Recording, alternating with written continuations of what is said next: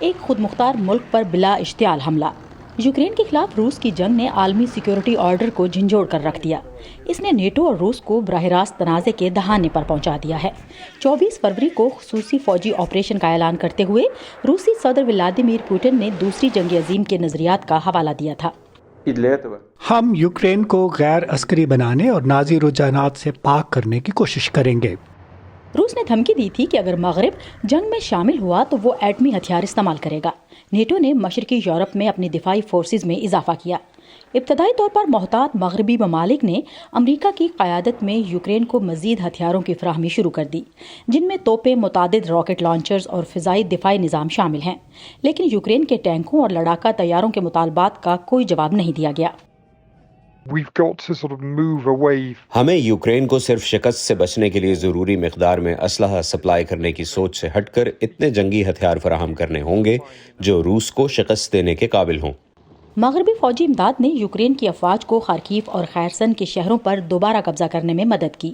اب جبکہ شدید سردی آ رہی ہے، بڑے حملوں کی جگہ خندقوں سے لڑنے اور طویل فاصلے سے حملہ کرنے کا رجحان بڑھ رہا ہے، اور روس یوکرین کے توانائی کے بنیادی ڈھانچے کو نشانہ بنا رہا ہے۔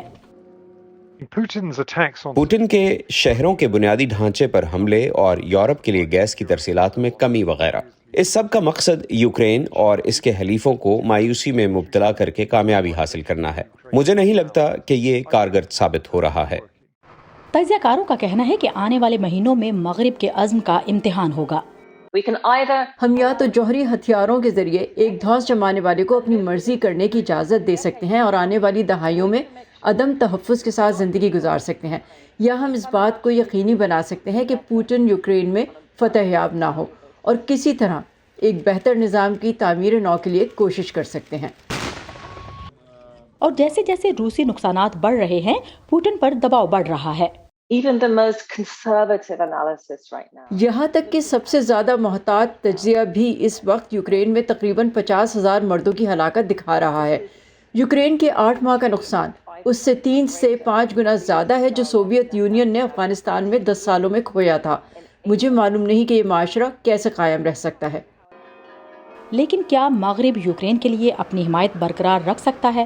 واشنگٹن کا اصرار ہے کہ وہ ڈگمگانے والا نہیں ہے۔